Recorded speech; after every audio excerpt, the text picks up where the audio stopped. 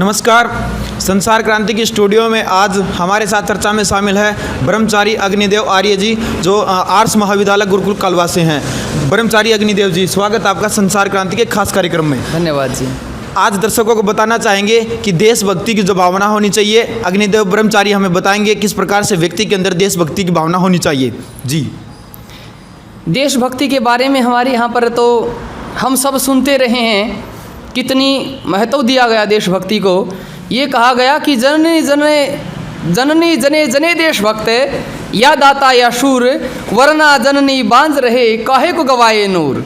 और भी सुना हमने, क्या कहा कि भरा नहीं जो भाव से बहती जिसमें रसधार नहीं, हृदय नहीं वह पत्थर है जिसमें देश के प्रति प्यार नहीं। जिसके अंदर देशभक्ति नहीं है ऐसा व्यक्ति तो पत्थर के तुल्य माना गया है, और जिस माँ का बेटा देशभक्त नहीं हुआ तो कहा कि वो बांझ ही रह जाती तो ठीक था। लेकिन आज मेरे इस राष्ट्र में क्या हो रहा है? अरे जिस देश में ये कहा जाता था, विदेशी लोग कहते थे चरित्रवान लोग देखने आर्यावर्त में जाओ, साइंस देखने आर्यावर्त में जाओ, आज उसी देश के लोग कह रहे हैं, आज इसी राष्ट्र में अपने लोग कह रहे हैं कि इस देश का विकास विदेशियों ने किया है, इस देश की उन्नति विदेशियों ने की है। जब हम गुलाम थे तो गुलामी काल अच्छा था, गुलामी काल में इस देश का बहुत विकास हुआ है। ऐसे ऐसे लोगों के विचार हो गए हैं। ऐसे लोगों से पूछना चाहता हूँ मैं, जो कहते इस देश का विकास विदेशियों ने किया है, उनसे मैं पूछना चाहता हूँ, कहना उन्हें।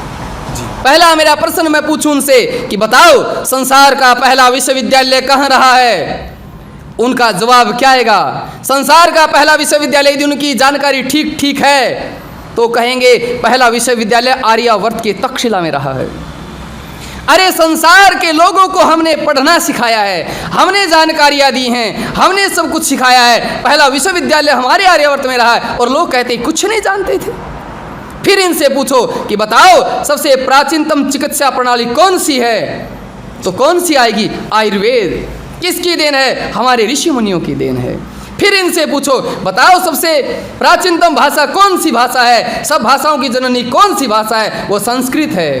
हमारा पूरा साहित्य संस्कृत में है, हमारे वेद शास्त्र उपनिषद सब संस्कृत में हैं। अरे हमारे वो रणथंबोर के किले, वो अशोक स्तंभ जिसे साइंस आज तक ठीक नहीं समझ पाई है, हमारा इतिहास, हमारी साइंस, हमारे सिद्धांत कितने ऊंचे रहे हैं। लेकिन आज कुछ गद्दार लोग इस देश में हो गए हैं जिन्हें अपनी संस्कृति से कोई प्रेम नहीं है, उन्हें विदेशी लोग अच्छे लगते हैं, और उन्हीं गद्दारों के कारण देश गुलाम भी हुआ है। विदेशियों ने कहा था कि भारत का कुछ नहीं बिगाड़ा, दुश्मन की तलवारों ने भारत को बर्बाद किया है। भारत के ही गद्दारों ने, इसी देश के गद्दारों ने विदेशियों के साथ मिलकर के हमारे ऊपर अत्याचार किए हैं। तो मैं आपसे निवेदन करना चाहता हूं, यदि आपके अंदर राष्ट्रभक्ति है तो आप चाहते हो कि मैं जानूं वो राष्ट्र के सिद्धांत, जानूं वो नियम कि मेरा जीवन श्रेष्ठ बने, पहले स्वयं श्रेष्ठ बनेंगे फिर राष्ट्र को श्रेष्ठ बना पाएंगे। उसके लिए यदि आप ऐसा जीवन चाहते हैं तो उसके लिए आपको एक चीज़ बहुत ज़रूरी है। कौन सी चीज़? जिसको जान करके एक क्रांतिकारी राष्ट्र के लिए निकल पड़े, जिसको जान करके क्रांतिकारी तिल तिल करके मरे हैं। ऐसा क्या था, मैं उसके बारे में आपको बताना चाहता हूँ।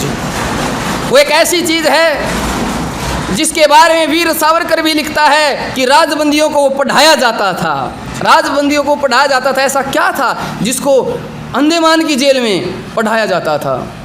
वो विद्या, वो सिद्धांत जिसके बारे में राम प्रसाद बिस्मिल क्रांतिकारी, जिसने फांसी से 3 दिन पहले अपनी आत्मकथा लिखी, वो कहता है कि जब मैंने इसे पढ़ा तो मेरे जीवन का तख्ता पलट गया।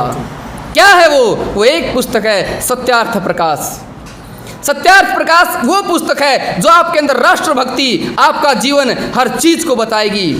राष्ट्र क्या होता है, मनुष्य क्या होता है, जीवन का लक्ष्य क्या होता है, मेरे क्या कर्तव्य हैं, वो हर कुछ आपको बताएगी। और कितना मजबूत कर देती है वो। उसके बारे में एक छोटी सी घटना सुनाता हूँ आपको। यदि किसी को कोड लगा हुआ हो और जेल में बंद हो और कोई उसे मरने की बात कहे तो अपने कानों पर हाथ रख लेगा, मरना उसे भी पसंद नहीं है। लेकिन एक क्रांतिकारी राम प्रसाद बिस्मिल, फांसी की सजा हो गई। जब सुबह अधिकारी उसे लेने के लिए आए तो राम प्रसाद बिस्मिल सुबह व्यायाम कर रहा है, दंड लगा रहा है। अधिकारियों को आश्चर्य हुआ, अरे जिसे फांसी की सज़ा हो जाती है उसे तो नींद नहीं आती, अनिंद्रा रोग हो जाता, और तुम दंड लगा रहे हो, व्यायाम कर रहे हो, तुम्हें डर नहीं लगता? तो राम प्रसाद बिस्मिल उस विद्या के बल पर क्या कहता है?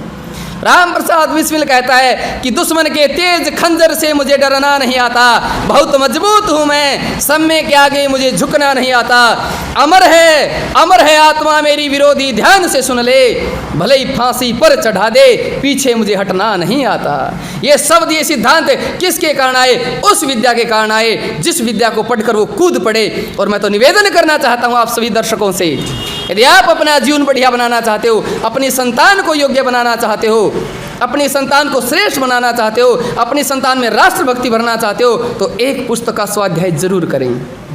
वो कौन सी पुस्तक है? वो सत्यार्थ प्रकाश है। मैं आपको दिखा भी देता हूँ, ये सत्यार्थ प्रकाश पुस्तक है, महर्षि देव दयानंद की लिखी हुई।